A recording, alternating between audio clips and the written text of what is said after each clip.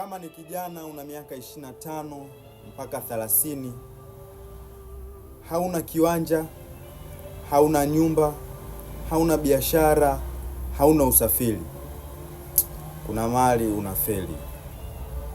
Kuna mahali unafeli kwa sababu ukiwa kijana, ukiwa na umri wa miaka kuanzia 20 mpaka 25 ni umri ambao unatakiwa hivi vyote huo umeshavipata. Mimi kama kijana nataka nikwambie wapi ambapo unakosea. Kuna vitu huvifanyi ambavyo vingekupelekea wewe kufanikisha malengo yako, kufanya vitu ambavyo unavitamani. Vijana wengi wenye umri kama wako wana biashara, wana nyumba, wana usafiri. Wewe peke yako umebaki unang'aza sharubu. Usikonde.